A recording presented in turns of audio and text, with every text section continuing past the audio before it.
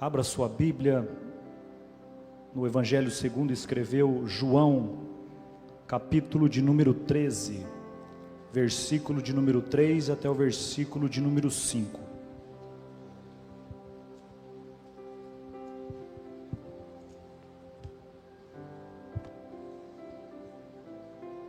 João, capítulo de número 13, versículo de número 3 até o versículo de número 5, a passagem do lava-pés.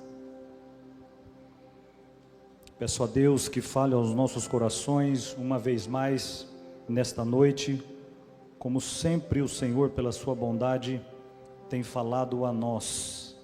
Nosso Deus é um Deus vivo, que tem boca e fala, ouvidos e ouve, pés e anda e mãos que apalpa. Nós servimos a um Deus real, que tem vida, que está aqui no nosso meio, e nós devemos o adorá-lo em espírito e em verdade. Todos acharam João capítulo 13? Amém. Se você não achou, com certeza daqui não dá para ver, mas deve estar no telão. Acompanhe a leitura. Diz assim a palavra de Deus no Evangelho segundo escreveu o apóstolo João, capítulo de número 13, versículo de número 3 até o versículo de número 5. Jesus, sabendo que o Pai tinha depositado nas suas mãos todas as coisas, e que havia saído de Deus e que ia para Deus, levantou-se da ceia, tirou as vestes e tomando uma toalha, cingiu-se. Depois, pôs águas numa bacia e começou a lavar os pés aos discípulos e a enxugar-lhes com a toalha com que estava cingido. Sente, glorificando a Deus.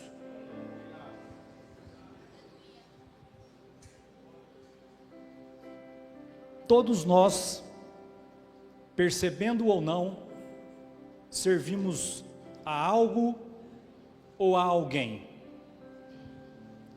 Alguns servem a própria profissão, a coloca em primeiro lugar. Obrigado. Outros, sem perceber ou percebendo, servem ao dinheiro. Há quem sirva também pessoas. Por exemplo, existem pessoas que servem aos aplausos, têm a sua vida toda voltada, no centro da sua vida, ser cortejado e aplaudido pelos outros. Há quem sirva o filho, há quem sirva o esposo, há quem sirva a esposa. Existem até pessoas que servem as redes sociais, fazem do centro da sua vida as redes sociais. Se fosse para fazer uma pergunta, a pergunta correta seria: não é se servimos, mas a quem nós servimos. E eu te pergunto, você tem servido ao Senhor Jesus? Jesus tem sido o centro da sua vida? A palavra que Deus colocou no meu coração, aqui nesta noite, é levar você a meditar, a pensar, se você tem servido àquele que te deu o fôlego de vida. Porque nós fomos criados para uma coisa muito maior do que somente existir. Nós fomos criados para adorar os reis dos reis e Senhor dos senhores, o Senhor Jesus Cristo. É isso que dá sentido à nossa vida, é isso que dá direção aos nossos propósitos, é isso que dá eternidade na minha vida e na tua vida: servir a Deus. A passagem do lava-pés, ela traz uma mensagem. E a mensagem do lava-pés é servir. O tema do lava-pés é servir. Quando o apóstolo João, ele faz questão de descrever a forma como isso aconteceu, ele faz questão de descrever alguns detalhes, dizendo que Jesus se levanta, tira suas vestes, cinge com uma toalha, ele coloca uma toalha em volta da sua cintura, enche uma bacia de água, começa a lavar os pés dos discípulos e depois a enxugar. Isso não está aqui à toa. Existia várias formas de se lavar os pés. Naquele tempo as ruas eram de terra, de chão batido. Mesmo os romanos sendo muito bons em aperfeiçoar aquilo que os persas, que os impérios antigos deixaram, que era fazer estradas maravilhosas, ainda assim, quando você usava, você sujava as suas pernas. Existe até um ditado no meio rabino que diz que o bom discípulo é aquele que suja suas vestes com a poeira dos pés do seu mestre. Então, como você caminhava naquele tempo, você tinha suas pernas sujas pelo pó. E existiam algumas formas, como por exemplo, você poderia chegar, bater a poeira da perna e pronto, como tem passagem no Evangelho dizendo sobre isso.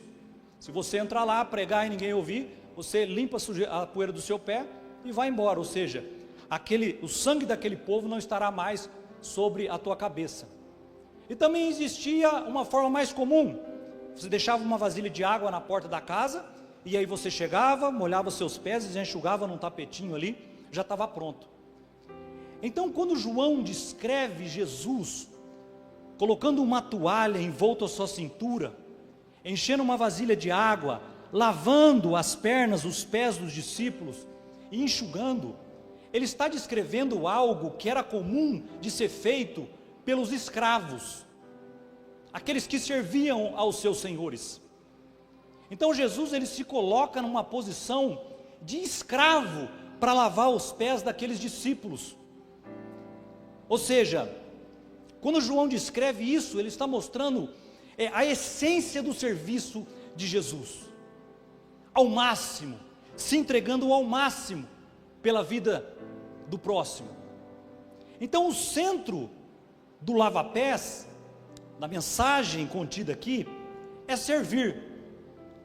Mas eu te convido a nós olharmos para essa passagem numa outra perspectiva, na perspectiva de Jesus como sacerdote e Jesus como cordeiro. Repita comigo: sacerdote e cordeiro. Então nós vamos olhar nesse texto essas duas manifestações de Jesus. Primeiro, Jesus como sacerdote. O que era o sacerdote? Era um homem escolhido por Deus para cuidar das coisas de Deus e para cuidar do relacionamento entre os hebreus e Deus. O primeiro sacerdote foi Arão, irmão de Moisés. E quando Arão morreu, o seu filho primogênito assumiu a sua função.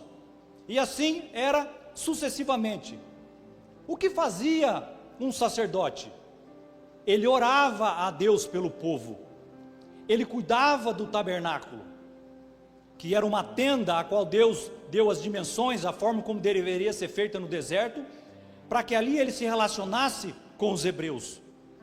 O sacerdote também ensinava a lei de Deus para o povo, porque através da lei de Deus, através da palavra, é que nós sabemos qual é a vontade de Deus para nós. Então o sacerdote fazia essa mediação entre o homem e Deus, Deus e o homem. Dentre os ofícios que o sacerdote tinha, ele tinha o ofício de oferecer sacrifícios pelo perdão do povo diante de Deus. E agora eu começo a pedir um pouco mais a tua atenção, é que dentre esses sacrifícios, existia o sacrifício de holocausto.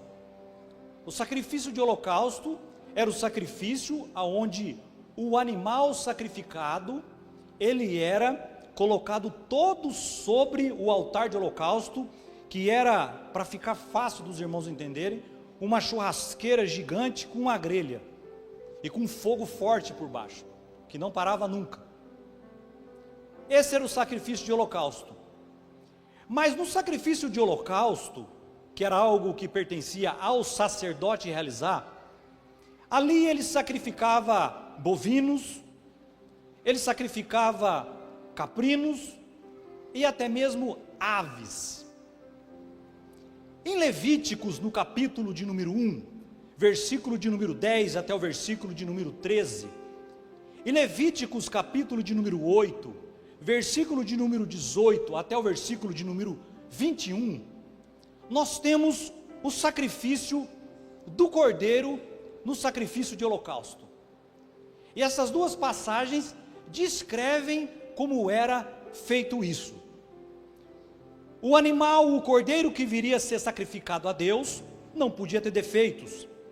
Então ele chegava até o sacerdote colocava a mão sobre a sua cabeça e o imolava, cortava o seu pescoço.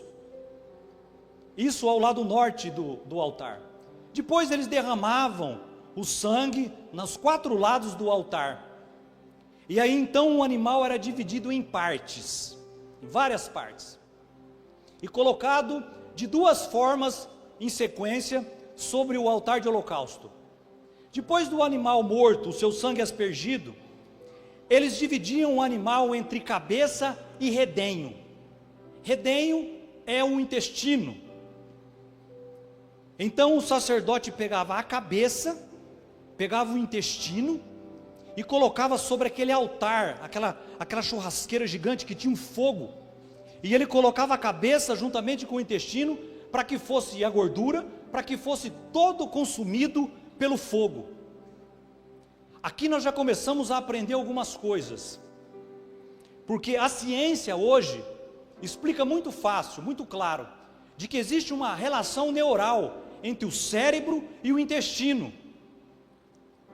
Se você, a prova disso é que depende da situação em que você fica nervoso, seu intestino já logo, ele já se ativa e dá aquela famosa dor de barriga. Então existe uma relação entre intestino e cérebro. Então quando Deus orienta o sacerdote a fazer dessa forma, em Levíticos capítulo 1, versículo de número 10 até o versículo de número 13, e Levíticos 8, do 18 ao 21, existe uma mensagem ali, que todo o nosso pensamento, que todo o nosso entendimento, ele deve ser consagrado totalmente a Deus. Mas agora ainda eu vou pedir um nível a mais de atenção da sua parte, porque quando o sacerdote ele entregava a cabeça e o intestino, ainda faltavam as outras partes, que era a fressura e as pernas. A fressura são as vísceras, os órgãos que ficam debaixo da cavidade torácica e no estômago, na região do estômago, coração, fígado, pulmão, estômago. O sacerdote tinha que, a orientação era lavar as vísceras e lavar as pernas. E aí então ele colocava essas partes sobre o altar de holocausto para que o fogo as consumisse. Então o sacerdote lavava as vísceras e lavava as pernas do animal que já estava sendo entregue em holocausto. Isso também nos ensina uma outra verdade espiritual, porque as vísceras elas possuem secreções, possuem bilis, então elas tinham que ser limpas para colocar no altar. E as pernas, a sujeira do pó do animal que andava pela terra. Então tinha que ser colocado tudo limpo ali, porque Deus não aceita impureza, Deus não aceita sujeira, o nosso Deus é um Deus santo, e aqueles que se colocam na presença dele, devem também ser santos. E quando se fala de pernas, e a passagem aqui é lava-pés, a Bíblia, ela nos ensina algo. As pernas na Bíblia representam o caminhar. Gênesis 5, 24 diz que Enoque andou com Deus. Romanos 6, 4 diz: de sorte que fomos sepultados com ele pelo batismo na morte, para que, como Cristo ressuscitou dos mortos pela glória do Pai, assim andemos nós também em novidade de vida. Então, o que estava acontecendo ali no lava-pés? Jesus estava servindo, mas ele estava servindo como sacerdote. Quando você pega João 13, versículo do 3 ao 5, e coloca a lente de Levíticos, capítulo 1, versículo de número 10 até o versículo de número 13, e você pega Levíticos 8, do 18 ao 21, você enxerga isso. Jesus preparando aqueles que seriam entregues totalmente na vontade do Pai. Os discípulos não sabiam, pastor, mas aquele era o último passo da preparação para que eles fossem entregues totalmente para fazer a vontade do Pai. Então nós temos aqui Jesus como sacerdote. Como sacerdote, Jesus serve ao Pai, preparando os discípulos que viriam ser apóstolos, dando continuidade na obra de salvação da humanidade. 1 Timóteo capítulo 2, versículo 4 diz que a vontade de Deus é que todos sejam salvos. Então o que Jesus estava fazendo era preparar aqueles que dariam continuidade na sua obra. Jesus estava servindo ao Pai. Então Jesus, como sacerdote, serve ao Pai. Agora Jesus como cordeiro. Como nós podemos chamar de Jesus de cordeiro aqui nessa passagem? Se nós vimos que, segundo a ordem de Levíticos, o cordeiro, para ser aceito, tinha que os seus pés lavados, e Jesus não teve os seus pés lavados na passagem do lava-pés. Mas se nós olharmos para o capítulo anterior, capítulo de número 12, versículo de número 1 ao 3, vai dizer assim: foi Jesus 6 dias antes da Páscoa a Betânia, onde estava Lázaro, o que falecera, e a quem ressuscitara dos mortos. Fizeram, pois, ali uma ceia, e Marta servia, e Lázaro era um dos que estavam à mesa com ele. Então Maria, tomando uma libra de unguento de nardo puro, de muito preço, ungiu, lavou os pés de Jesus, e enxugou-lhe os pés com os seus cabelos, e encheu-te a casa do cheiro do unguento. O Cordeiro de Deus não teve os seus pés lavados no lava-pé, mas teve os seus pés lavados 6 dias antes disso, lá na casa de Lázaro em Betânia, pela sua irmã Maria, sendo ele preparado para ser o sacrifício que Deus recebeu no tabernáculo dos céus. Glórias ao Senhor Jesus. João Batista disse: Jesus, eis aí o Cordeiro de Deus, que encobre, não, que tira o pecado do mundo. Então nós temos aqui Jesus como Cordeiro. E o que é interessante aqui, meus irmãos, é que o texto fala 6 dias antes da Páscoa. Então 6 dias antes de Jesus chegar na Páscoa, ele tem os seus pés lavados, e aí então ele lava os pés dos apóstolos, e no 7º dia ele é crucificado. Na numerologia bíblica, 6 é o número do homem, e 7 é o número de Deus. Então até um dia anterior, Jesus sempre foi 100% homem e 100% Deus, Mas um dia antes da Páscoa, o sexto dia, ele era 100% homem, 100% Deus. Mas no dia 14 do mês de Nissan, no dia da Páscoa, Jesus é crucificado e deixa de ser 100% homem e passa a ser 100% Deus.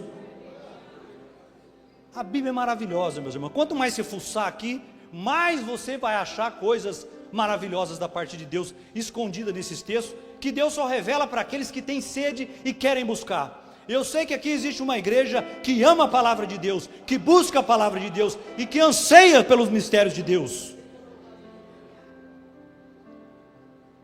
Então nós temos Jesus como sacerdote e Jesus como cordeiro. Como cordeiro, Jesus serviu a todos. Como cordeiro, Jesus serviu ao próximo, a todos.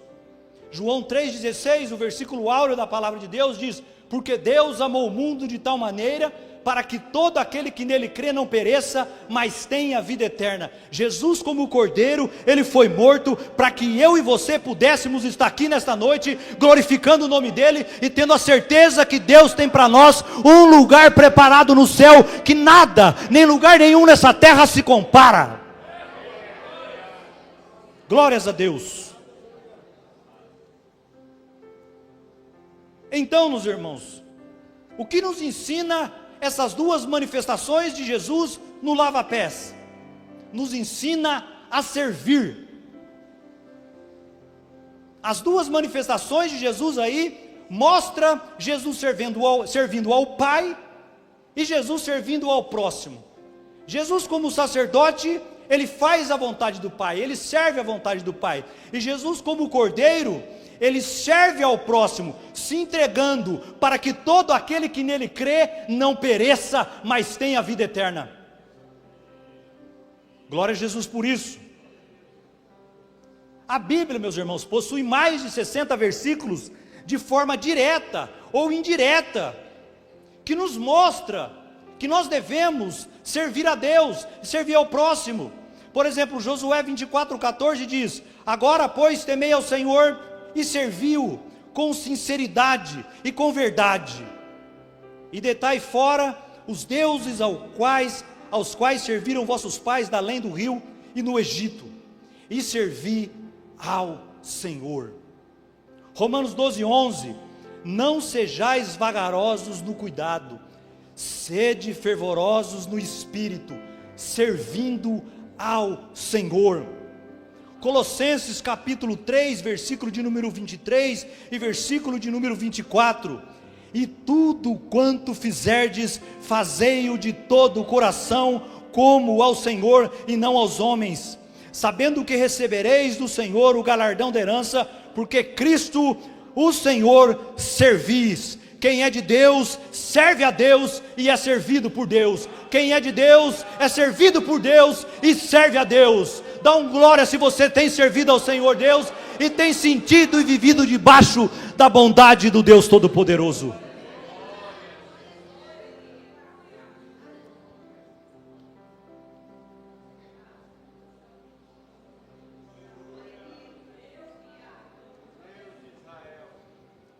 Mas então por que a igreja não quer servir a Deus? Por que existe tanta dificuldade para se encontrar alguém para cuidar de um departamento? Por que nós temos, né, irmão Antônio, que buscar tanto, procurar alguém que se coloque na brecha para poder ajudar no evangelismo? Se existe uma igreja repleta de pessoas aqui, por que então a igreja moderna, a igreja atual, tem tanta dificuldade de servir a Deus? Eu fiz uma pergunta para a inteligência artificial que eu uso. Perguntei para ela o seguinte: o que você faria se você quisesse destruir uma igreja? Olha o que ela respondeu. Ela é educada, a inteligência artificial, quem usa sabe que ela é educada. Distorceria levemente os ensinos da Bíblia. Aí eu perguntei de novo, me dê um exemplo. Ela disse, tiraria Deus do centro dos ensinos e colocaria o homem no centro dos ensinos. Uma mudança sutil, difícil de ser percebida. Aí eu perguntei para ela, o que isso causaria? Olha só o que ela respondeu. O evangelho deixaria de ser sobre redenção e se tornaria sobre autoajuda. Em vez de pregar arrependimento, salvação e transformação, se pregaria autoestima, realização pessoal e sucesso terreno. O foco sairia da cruz e iria para o conforto pessoal. Meu Deus, a adoração seria distorcida. Ao invés de adorar a Deus, buscariam entretenimento, satisfação emocional. O pecado seria minimizado, ou até mesmo ignorado. Que mais há? A Bíblia seria tratada como um manual de sucesso, e não como a palavra viva de Deus que confronta, ensina, corrige e transforma, conforme está escrito em 2 Timóteo, capítulo 3, versículo de número 16. Aí ela encerra, com o homem no centro dos ensinos, Deus se tornaria somente um meio para os homens buscarem suas realizações pessoais.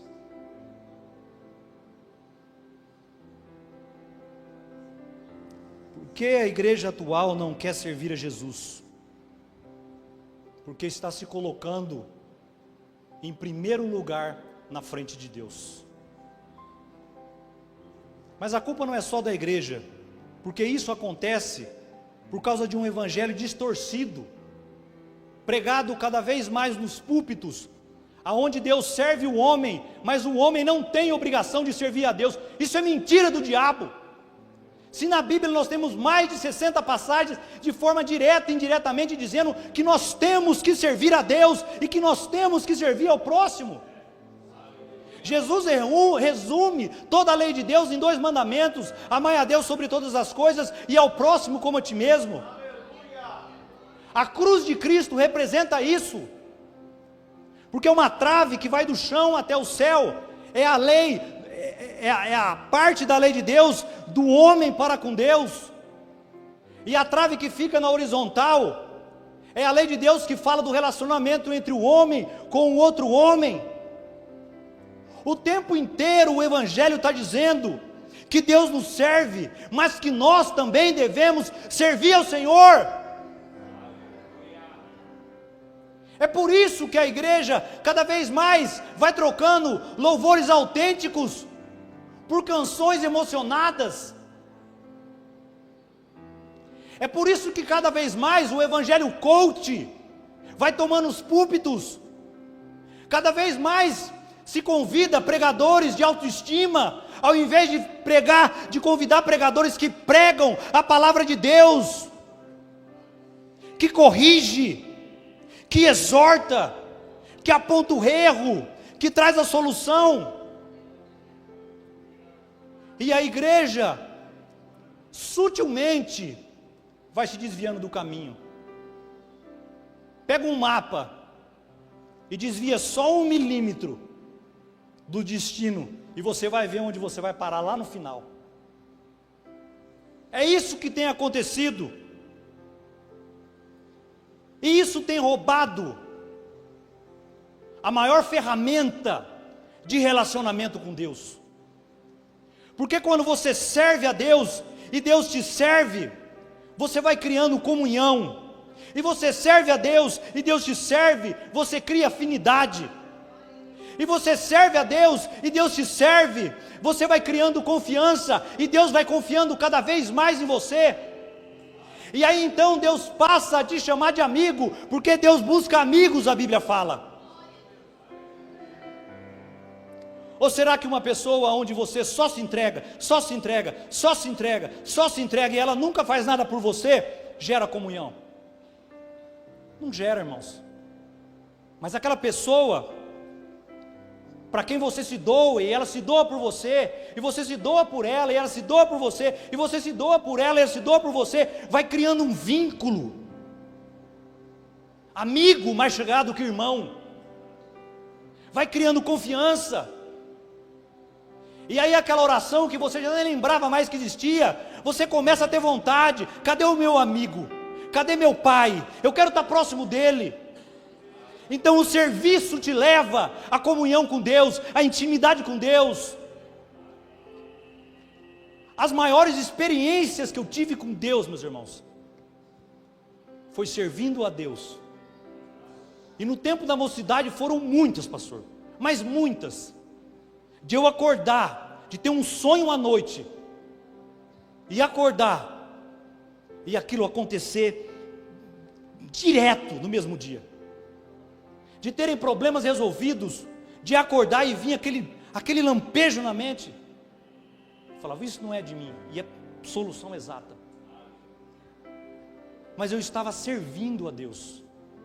E esse serviço, meus irmãos, ele não é feito somente quando o grupo está reunido, ou somente num culto de terça, de quinta, de domingo, na escola dominical, ou num evangelismo como nós fizemos esses dias. Eu não posso participar de um evangelismo, acabou, eu falo, agora eu guardei minha carteirinha de crente, no próximo evangelismo, né, irmão Tiago? Eu pego minha carteirinha de novo, apresento Deus, estou aqui, e eu vou voltar a evangelizar. Não, meus irmãos, é 24 horas o serviço a Deus. E servir a Deus dentro da igreja, seja o que quer que seja que você está fazendo, isso é um privilégio. É uma responsabilidade, eu estou pregando a palavra, é uma responsabilidade, mas é um privilégio.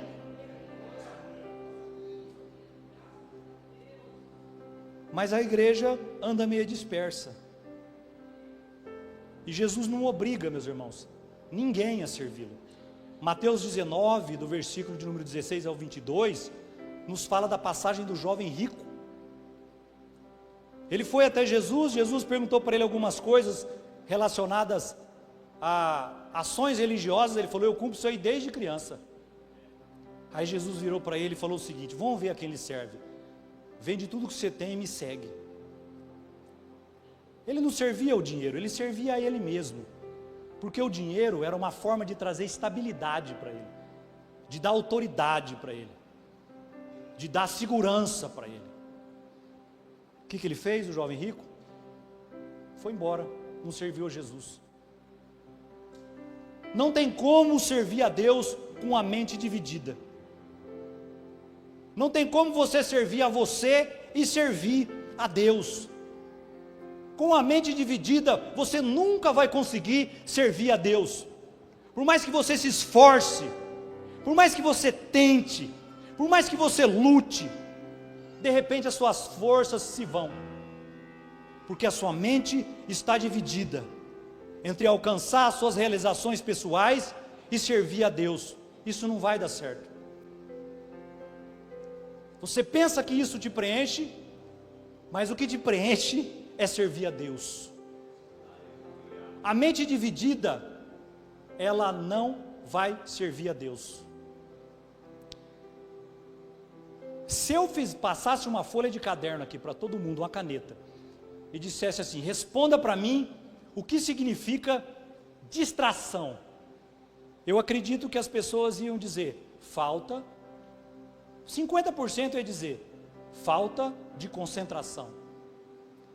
Mas a palavra distração tem a sua etimologia no latim, e no latim, irmão Sérgio, é distractio. Diz que significa dividir, separar, afastar, mais tractio, que significa puxar. Então a raiz da palavra distração significa puxar em direções diferentes. Para ficar mais fácil para você entender, nos tempos medievais existia uma tortura com esse nome, que era o temido tortura até a morte do distráctio. Eles pegavam o condenado, amarravam uma corda nos seus pés e amarravam ou num cavalo ou numa roda de força, amarrava outra perna com uma corda ou uma corrente, amarrava num cavalo ou numa roda de força e fazia a mesma coisa com os dois braços. Então o condenado ficava assim, ó, com um cavalo aqui, um cavalo aqui, um cavalo aqui e outro cavalo aqui. E aí a hora que o algoz dizia, puxa, ia puxando até que ele fosse rasgado. Essa era a temida tortura do distráctio. O condenado era morto e espedaçado, cada parte dele ia para um lado. Sabe por que eu estou falando isso? Porque existem pessoas que estão mortas dessa mesma forma. A cabeça puxa para um lado para servir as realizações pessoais. A outra parte dela quer servir ao dinheiro. A outra parte quer servir ao namorado. A outra parte quer servir às redes sociais. Então a cabeça da pessoa, pastor, irmão Adalto, fica sendo puxada para tudo quanto é lado. Aí chega uma hora que ela fica esticada e aquilo vai até rasgar ela. Tchá! E ela morre espiritualmente. Está completamente dividida.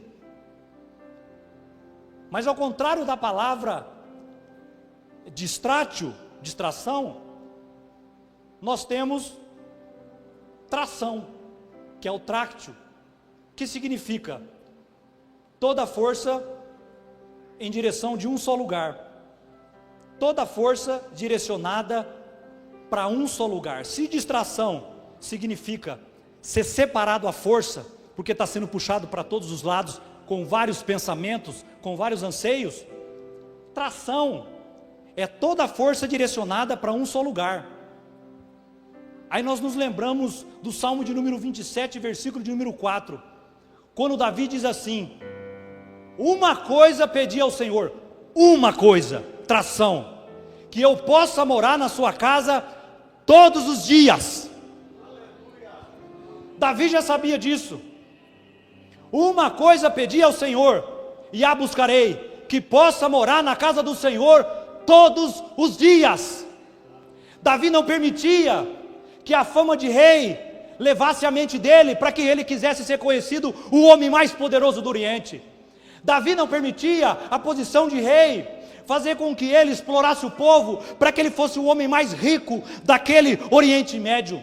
Davi não permitia que a posição dele o fizesse ser o homem mais famoso daquele lugar. Davi tinha um pensamento, e toda a força de Davi estava canalizada para uma só coisa: servir ao Senhor, ter Deus como centro da tua vida, viver somente para Deus.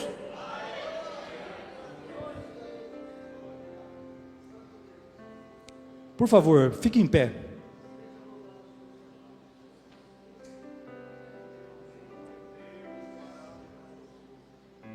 Hoje Jesus te chama a tomar uma decisão. Deixar de viver para você mesmo e fazer dele o centro da tua vida. Chega de uma vida distraída, sem sentido, uma vida dividida. Deus merece o primeiro lugar no seu coração. Quando você fizer isso, pode louvar. Quando você fizer isso, você vai encontrar o sentido da tua vida. E aí a tua mente não vai ficar correndo para cá, não vai ficar correndo para lá. Porque vai ser encontrado em você aquilo que Deus já colocou no seu coração há muito tempo. Agora reflita, quem é o centro da sua vida hoje? Se Jesus ainda não foi o centro, não espere mais. Cada dia sem Ele é um dia perdido. Cada passo sem Jesus é um passo para longe mais perto do vazio. Hoje Jesus te chama, volte, se entregue, sirva, viva para o que realmente importa. Diga aí para você mesmo: Senhor Jesus, seja o centro da minha vida. Eu me entrego ao Senhor, Deus. Toma minha mente, o meu ser, Pai. Não deixe que minha mente fique dividida. Aumenta a minha fé, Deus, para que eu creia no meu sustento no Senhor. Para que eu pare, Pai, de buscar em outras coisas, a não ser o Senhor, na minha vida. E aí eu te digo, sem medo de errar, pela palavra de Deus: grandes coisas Deus fará através da tua vida. Almas serão alcançadas, famílias serão restauradas, vidas serão mudadas, porque Deus tem uma grande obra para ser realizada através da sua vida.